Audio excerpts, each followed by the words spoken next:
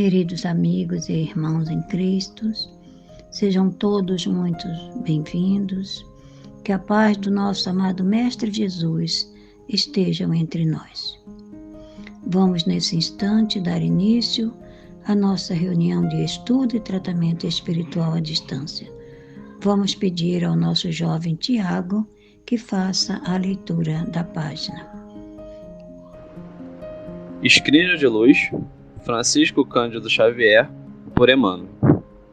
Fé e ação. Não basta dizer Senhor, Senhor. Equivale a assegurar que a fé não satisfaz só por si. Em nossa suspirada ascensão às bênçãos da vida imperecível. Observações simples da experiência vulgar confirmam-nos o acerto. O edifício, para erguer-se com segurança, exige plano adequado, mas não basta o projeto valioso para que a obra se concretize. O lavrador, sem a preparação justa do campo, não se abalançará naturalmente a sementeira. Mas não vale tão somente o amanho do solo para que a colheita farta lhe coroe a tarefa. No levantamento da casa, é imperioso que o arquiteto mobilize com atenção os materiais e instrumentos imprescindíveis, aproveitando a cooperação de braços obedientes, a fim de que a construção se materialize. E na lavoura comum, é indispensável que o operário da gleba se consagre ao suor, dia a dia, com a sustentação da semente escolhida, para que o pão, mais tarde, lhe sirva à mesa. Nas esferas do espírito, prevalecem os mesmos princípios e vigem as mesmas leis. Cada criatura renasce na carne com o plano de ação a executar nas linhas do eterno bem. Não bastará se refugie na certeza da bondade divina para atender às obrigações que lhe cabem. Não é suficiente a visão do céu para equacionar as exigências do aprimoramento a que deve aperfeiçoar-se na terra. É inadiável a consagração de cada um de nós à obra viva da própria iluminação, para que a nossa confiança não seja infortunado jardim e entorpecer-se nas trevas. Compreendamos que, se Jesus admitisse a fé inoperante como penhor da vitória na vida, não teria descido da glória celestial para sofrer o convívio humano, testemunhando no próprio sacrifício as suas grandes lições. E, abraçando o serviço da redenção que nos é necessária, estejamos empenhados à edificação do bem de todos, porque ajudar a todos é auxiliar a nós próprios e educar-nos. A preço de trabalho e abnegação, e ascender em favor dos outros, com a sublimação de nós mesmos, a bênção da própria luz. E vamos assim, meus amigos, após a leitura desta página, fazer a nossa prece inicial.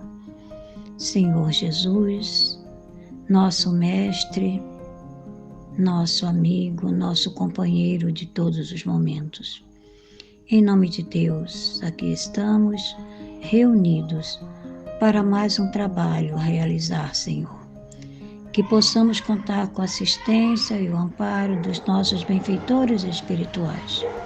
Que eles estejam ao nosso lado, nos amparando, nos intuindo de bons sentimentos, para que a nossa reunião, Senhor, seja abençoada por Ti e por todos os nossos amigos. Que possamos assim, Senhor, em Teu nome, passar a palavra à nossa companheira Valéria, que fará o estudo da noite, cujo tema é Fé e Razão. O Evangelho segundo o Espiritismo, capítulo 19, item 7. Boa noite, meus irmãos, sejamos todos bem-vindos.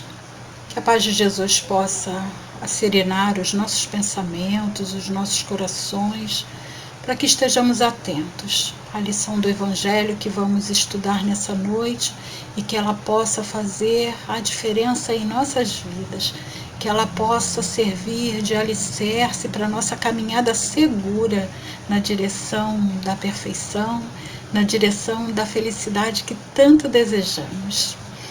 A nossa lição de hoje tem como título Fé e Razão, e ela está contida em O Evangelho segundo o Espiritismo, no capítulo 19, item 7. A recomendação da nossa referência fala sobre o item 7, mas na verdade o item 7 ele está no capítulo, no item que fala sobre a fé religiosa, condição da fé inabalável, e ele começa no item 6. Portanto, eu vou também me utilizar, como fala sobre o mesmo assunto, vou também me utilizar do item 6 para a nossa reflexão da noite de hoje. Que a gente possa criar um ambiente saudável, para que a gente consiga aprender essa lição que é tão valiosa nesses dias que estamos vivendo de pandemia, onde tivemos de mudar tantos hábitos da vida da gente, começando pelos hábitos de convívio, o afastamento, ao qual tivemos de nos submeter para proteger a nossa saúde, para proteger aqueles que amamos, que na verdade vai de encontro a alguns conceitos que a gente estabelece sobre a vida e que depois a gente sente muita dificuldade de mudar. E eu estou falando isso porque a gente, quando fala sobre sentimento, a gente tem a ideia de que o outro precisa estar sob as minhas vistas para que eu ame. Ele precisa estar ali presente do meu lado, eu preciso estar vendo, tocando, para que esse amor seja realmente verdadeiro. E nós criamos até alguns ditados que refletem isso, quando a gente diz que o que os olhos não veem, o coração não sente. E hoje a gente pode afirmar com toda certeza que isso não é real, quantas famílias tiveram de se afastar? Eu conheço casos de pessoas que, por trabalhar na área da saúde e trabalhar em contato direto com doentes da Covid, escolheram ficar longe das suas famílias a fim de protegê-las, porque tinha crianças, porque tinha idosos em casa, e a pessoa prefere se afastar. Não, vou ficar longe sim, porque eu preciso proteger aquele que eu amo, porque o amor faz isso, com que a gente busque aquilo que é melhor para o outro. Independente de estar sob as nossas vistas ou não, eu quero sempre o melhor, porque na verdade o sentimento ele nasce de dentro para fora, é algo que está estabelecido dentro da criatura, na essência do ser. Os nossos amores são os patrimônios de nossas almas, aqueles que caminharão conosco o resto da nossa existência. Então, nada mais justo do que, num momento de perigo, eu procurar proteger aqueles que eu amo, mesmo que seja com a minha ausência, E isso foi imprescindível para que muitos de nós ficássemos protegidos. Até mesmo no relacionamento interreligioso, digamos assim, como no nosso caso, tivemos que ficar com as portas de nossa casa fechada, mesmo com o amor imenso que a gente sente por ela, a fim de nos resguardar, de resguardar a nossa saúde, de resguardar a saúde daqueles que nós amamos. Então, e isso tudo nós fazemos baseados nesse conceito de fé, Porque a fé diz que o amor ele é algo que está intrínseco, ele faz parte da criatura, independente da situação que você esteja vivendo, Não é o fato de você ter de se afastar de alguém que você ama que você vai deixar de amar, não, Então essa é uma lição assim bastante valiosa para nós, que estamos vivenciando isso, que às vezes nos questionamos, né? Agora, com essa ansiedade que a gente está de voltar a nos encontrar no ambiente da casa espírita, e precisamos parar e pensar com responsabilidade, porque ainda estamos correndo perigo de vida, né? Então essa escolha, ela precisa ser, essa decisão, ela precisa ser tomada baseada na fé e na razão. Não é só a fé agora que vai fazer a diferença. E é interessante também no sentido religioso, quando falamos dessa questão da fé, né? Aprendemos que nós não precisamos estar circunscritos em um ambiente, né, entre quatro paredes para nos dizer religiosos. A prova disso é que estamos aqui, reunidos nesse ambiente virtual, não nos vemos, mas podemos falar um com o outro, podemos transmitir o nosso pensamento, o nosso sentimento uns para os outros, mesmo estando afastados. Podemos dar continuidade a um trabalho de atendimento fraterno, podemos dar continuidade a um trabalho de divulgação da nossa querida doutrina espírita, mesmo não estando no ambiente religioso. Então, quando Jesus disse para nós lá atrás que o reino de Deus estava dentro de nós, era isso que ele estava nos dizendo. Que o desenvolvimento da fé, que o desenvolvimento, que a busca pela verdade ia trazer para nós a segurança, né, a certeza de que esse reino realmente é interno. Ele está aqui dentro, é o meu templo religioso, né? O meu corpo, a minha mente, o meu pensamento a favor daquilo no que eu acredito, a favor do amor, a favor do desenvolvimento da fé, né? Então, mudamos conceitos, né? E a fé, nesse capítulo que estamos estudando, ele diz que a fé não se prescreve, que é algo que é intrínseco, né? A fé se aprende, a gente aprende a ter fé, né? Ela não é somente a crença em dogmas especiais, né? Como ele diz aqui logo no início, do ponto de vista religioso, a fé consiste na crença em dogmas especiais que constituem as diferentes religiões. E aí a gente foi buscar o sentido de dogma, né? O que é o dogma? É ponto fundamental ou mais importante de uma doutrina religiosa, que se apresenta como algo indiscutível ou inquestionável. E nós vemos por aqui que a doutrina espírita não tem dogmas. Podemos afirmar isso sem medo de errar, porque na doutrina espírita, nos utilizando do sentido dessa palavra, não existe absolutamente nada que não possa ser questionado, que não possa ser utilizado a razão para compreender, né? Quando Jesus disse buscai a verdade, porque é através dela que você será liberto, é ela que vai te trazer liberdade, era disso que ele estava falando. Então, para buscar a verdade é necessário questionar primeiro, para que a gente possa compreender.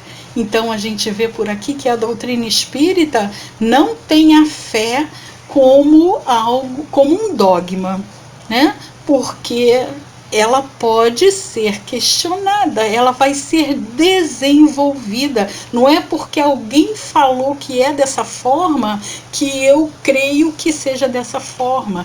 E isso é um risco muito grande para a criatura quando a gente entende que alguém estabeleceu que é assim, né?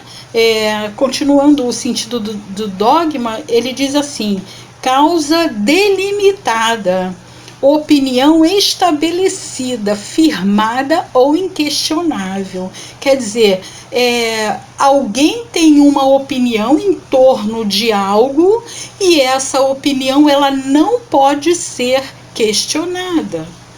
Isso é muito perigoso até para a vida da gente.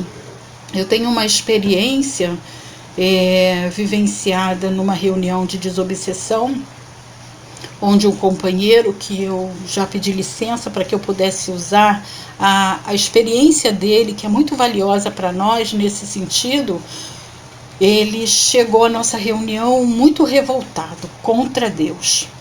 E ele conta que ele era evangélico, era uma pessoa extremamente religiosa e ele tinha uma fé muito grande em Deus. Ele acreditava que Deus era a salvação e que Deus iria salvá-lo porque ele tinha fé em Deus. E aí ele contou para nós que ele morava numa comunidade, num lugar onde havia muita violência, e um dia ele estava pronto para sair para o trabalho de manhã e havia um tiroteio. E aí ele falou que não, que ele ia trabalhar, ele precisava trabalhar, então ele ia sair porque Deus ia protegê-lo. E aí ele saiu e acabou sendo alvejado por um tiro, desencarnou.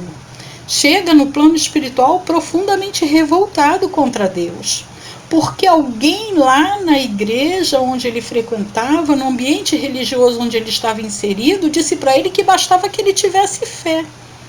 Mas ninguém disse para ele que a fé era uma construção, né? Que eu deveria conhecer a verdade para que eu pudesse construir essa fé.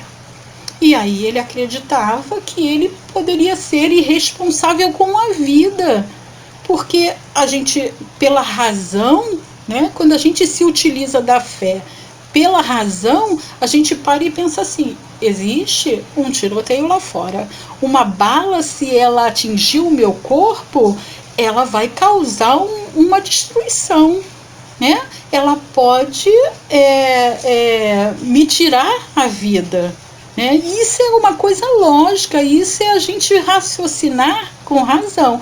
E se a gente consegue hoje, né, através de todo o conhecimento que a gente já tem, porque a medicina fala isso, né, que uma bala no corpo humano mata, né?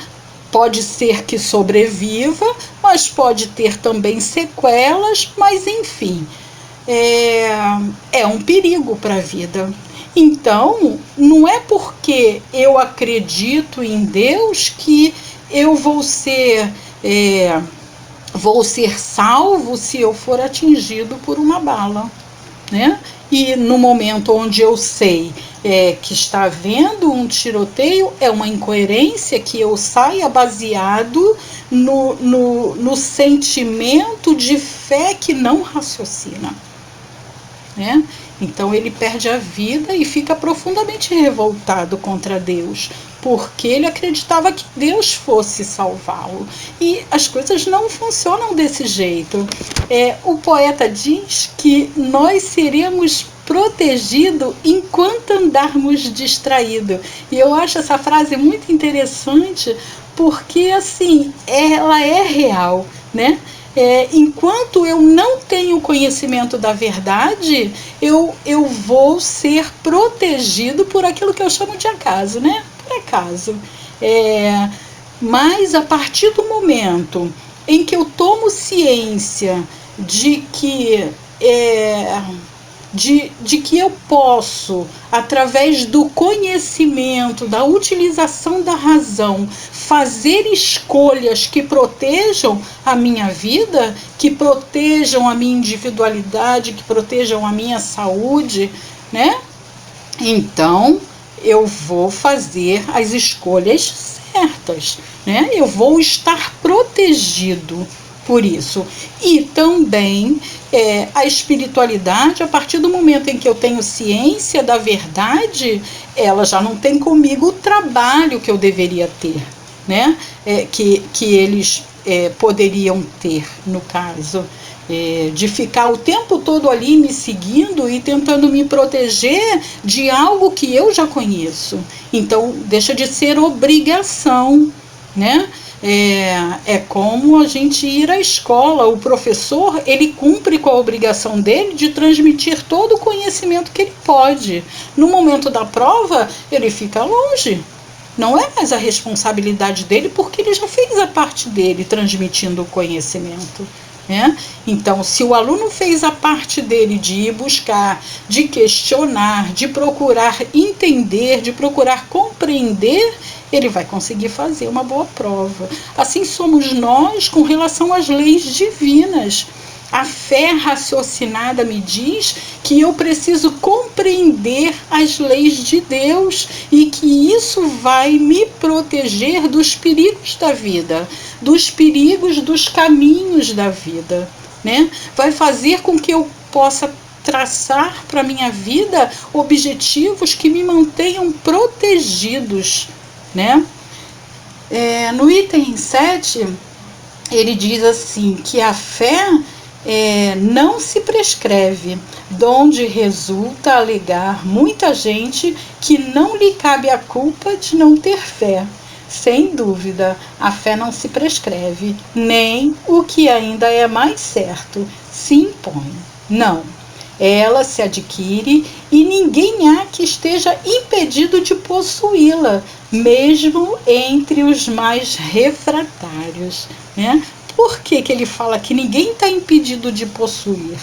Porque a fé aliada à razão, quando a gente ouve determinadas coisas, a gente consegue compreender aquela situação a fim de que a gente possa usar aquela situação a nosso favor, né?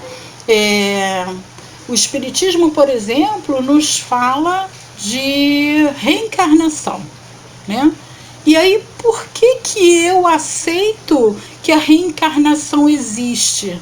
Porque eu consigo perceber que ela é fruto da misericórdia divina, porque eu consigo entender que Deus me proporciona todas as oportunidades que eu preciso para eu cumprir com o meu papel de espírito imortal, que é chegar à perfeição, obedecendo ao convite que Jesus me fez: sede perfeitos, como perfeito é o vosso Pai que está no céu, né? Por que Jesus me convidou à perfeição? Porque ela é possível, eu posso alcançar a perfeição. E para isso eu vou me utilizar dessas oportunidades, que é a reencarnação, para conseguir alcançar esse objetivo da minha vida, né? E aí, dentro da lei da reencarnação, eu costumo dizer que existem vários parágrafos. Um deles é a lei de causa e efeito. Eu estarei sujeita à lei de causa e efeito. E para eu compreender isso, é necessário que eu vá buscar esse conhecimento. É necessário que eu compreenda que as minhas ações, elas têm uma consequência. Que as minhas atitudes diante da vida têm uma consequência. Isso faz com que eu aceite um outro parágrafo da lei da reencarnação, que diz que a dor é ferramenta de aperfeiçoamento divino, né? Muitos companheiros dizem: o espírita gosta de sofrer, né? O espírita exalta a dor. Não, o espírita consegue compreender de forma clara e lúcida que a dor é que impulsiona a gente para frente, não é? A gente costuma dizer assim, que time que está ganhando não se mexe, né? Então, enquanto está tudo certo naquela situação, mesmo que ela não seja a melhor para a minha condição de espírito imortal, que é o aprendizado constante, a evolução, se ela não me incomoda, né? Se aquela situação que muitas vezes está me impedindo de caminhar não me incomoda, não me traz dor, então para que eu vou mudar aquilo? Não é? E o que me mostra isso? O que me mostra que um caminho está equivocado? É a razão. É a razão. Então, baseado na razão e na fé que eu tenho de que eu serei perfeito um dia, na fé que eu tenho em um Deus que é infinitamente bom e justo, eu vou construindo o meu caminho, né? Eu vou fazendo uma construção que faça com que eu não venha sofrer como consequência de uma atitude equivocada, porque eu conheço a verdade. Isso é a construção da fé baseada na razão, que é infalível, né? Ela vai me conduzir por um caminho que vai me levar a cumprir com os objetivos da vida, que é a minha felicidade.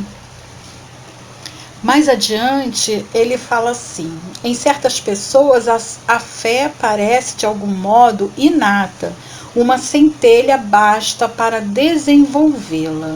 E aí ele diz que essa facilidade de assimilar as verdades espirituais, porque estamos falando da fé baseada na religião, né, no sentimento religioso, ele diz que essa facilidade de assimilar as verdades espirituais é sinal de progresso anterior.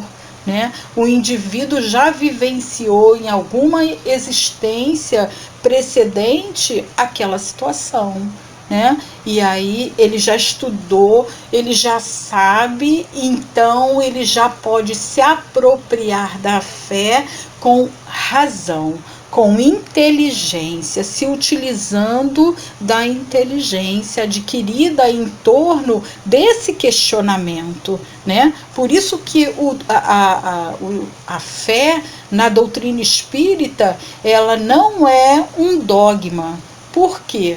Porque ela precisa ser desenvolvida através dos questionamentos, através de um estudo, através da compreensão do indivíduo, que é algo individual, né? Cada indivíduo tem o seu tempo de desenvolver aquilo, e é desenvolvido, só vai ser desenvolvido na medida em que eu me aproprio daquele conhecimento, né? Então, por isso não é um dogma a fé dentro da doutrina espírita, né?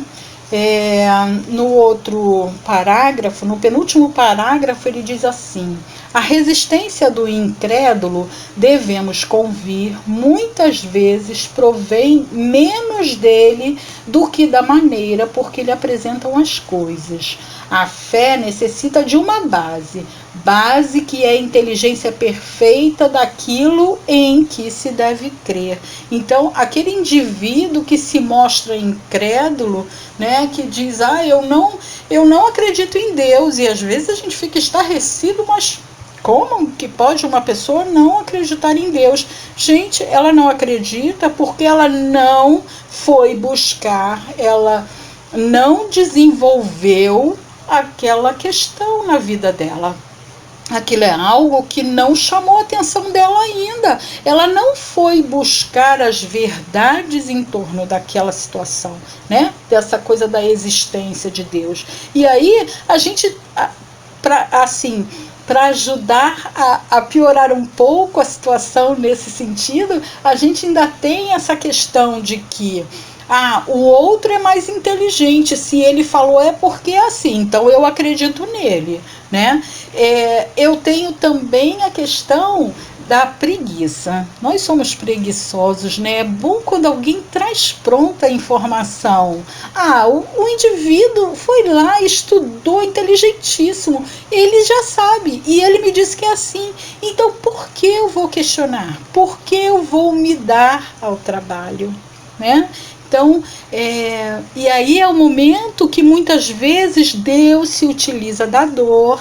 E eu não estou falando da dor, daquela que a gente fica chorando, esperneando, não. Estou falando da dor no sentido do incômodo que a gente sente de ter de vivenciar determinadas experiências, né? Dessa questão que Deus se utiliza para fazer com que a gente se movimente em busca daquilo que é importante para a nossa vida, como o desenvolvimento da fé, né? Esse companheiro que eu citei, que perdeu a vida porque ele não tem uma compreensão baseada na inteligência, na razão. Ele não compreende a fé junto à razão. Ele compreende apenas porque alguém que interpretou para ele o texto bíblico disse que ele precisa ter fé. Pronto. Preciso? Tá, então eu acredito em Deus daqui para frente. Se é isso que vai me proteger, eu acredito, né? Mas e nos momentos da gente atestar realmente essa fé? Né? A gente fica balançado. Então, é necessário que a gente faça o esforço de ir buscar, que a gente desenvolva através da inteligência esse sentimento de fé, né?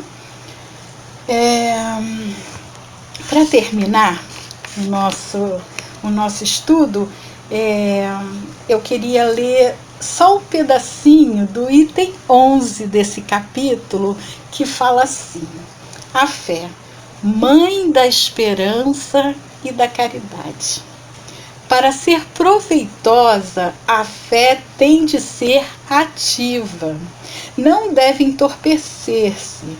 Mãe de todas as virtudes que conduzem a Deus, cumpre-lhe velar atentamente pelo desenvolvimento dos filhos que gerou. A esperança e a caridade são corolários da fé e formam com esta uma trindade inseparável. Não é a fé que faculta a esperança na realização das promessas do Senhor? Se não tiverdes fé, que esperareis? Não é a fé que dá o amor? Se não tendes fé, qual será o vosso reconhecimento e, portanto, o vosso amor?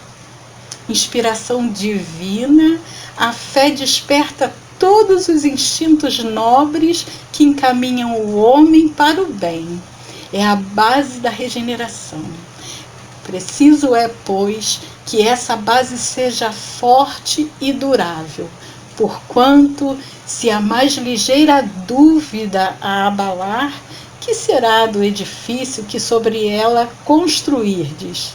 Levantai, conseguintemente, esse edifício sobre alicerces inamovíveis. Seja mais forte a vossa fé do que os sofismas e as zombarias dos incrédulos, visto que a fé não afronta o ridículo dos homens, não é fé verdadeira. A fé sincera é empolgante, contagiosa, comunica-se aos que não a tinham ou mesmo não desejariam tê-la. Encontra palavras persuasivas que vão à alma, ao passo que a fé aparente usa de palavras sonoras que deixam frio e indiferente quem as escuta. Pregai pelo exemplo da vossa fé, para a incutir nos homens.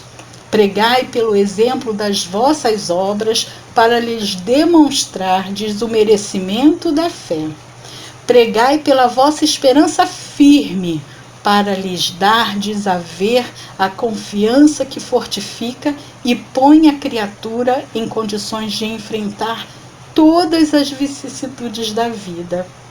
Tende, pois, a fé com o que ela contém de belo e de bom, com a sua pureza, com a sua racionalidade. Não admitais a fé sem comprovação, cega, filha da cegueira. Amai a Deus, mas sabendo por que o amais. Crede nas suas promessas, mas sabendo por que acreditais nela. Segui os nossos conselhos, mas compenetrados do fim que vos apontamos e dos meios que vos trazemos para o atingirdes. Crede e esperai sem desfalecimento. Os milagres são obras da fé. José, Espírito Protetor. Então, meus irmãos, para a gente finalizar o nosso estudo da noite de hoje, que a gente possa construir essa fé robusta, né? Essa fé que faz com que a gente tenha a paciência de esperar que a nossa casa possa abrir no momento onde todos possam estar protegidos, que a gente possa, mesmo distante da nossa casa, da nossa tão amada casa, manter acesa a esperança de que tudo isso que nos atingiu de um momento para o outro e que a gente julga um mal enorme, vai passar. Mas que a gente possa também aproveitar esse momento de dor em prol de nós mesmos, tirando desse momento as melhores lições que ele nos proporciona. O mundo nunca careceu tanto, nunca teve tanta oportunidade da prática do bem, para nós que aqui estamos, né? Nunca nos apresentou tanta oportunidade de sermos criaturas muito melhores do que fomos até agora. Então, que a gente se utilize dessa fé robusta que a gente já tem, né? Dessa fé que crê num Deus que é infinitamente bom e justo e que vai nos proporcionar todas as oportunidades que são necessárias para que a gente possa construir uma fé firme, que essa fé nos mantenha unidos, apesar da distância, que a gente não acredite que estar longe vai fazer com que o nosso amor diminua, com que a gente tenha menos possibilidade de colocar em prática o amor que nós aprendemos dentro da casa de Isaac Lima. Que essa fé possa nos manter unidos até o momento do nosso reencontro, que vai chegar com certeza, mas com muita segurança para cada um de nós, para todos nós. Que a paz de Jesus possa ficar em nossos corações e que a gente possa resistir até o momento do nosso reencontro, fortalecendo cada vez mais a fé dentro de cada um de nós. Que Jesus possa ficar conosco, hoje e sempre. Boa noite a todos. Agradecemos a participação dos nossos companheiros Tiago e Valéria e vamos fazer a nossa prece de gratidão a Deus por esses momentos que aqui passamos reunidos, recebendo todo o amparo, toda a assistência de que necessitamos. E que possamos também envolver a todos os nossos irmãos que se encontram enfermos, envolver os nossos lares, os nossos amigos, nossos entes queridos, pedindo a Deus o amparo e a misericórdia para todos nós. Que possamos assim, meus amigos, dar início ao tratamento do passe à distância, pedindo aos irmãos que continue assistindo e ouvindo a música até o final. Muito obrigada a todos, que Jesus possa nos amparar, nos dar uma noite abençoada e que todos possamos ser merecedores das suas graças e do seu amparo. Que assim seja, graças a Deus e graças a Jesus. Muita paz a todos.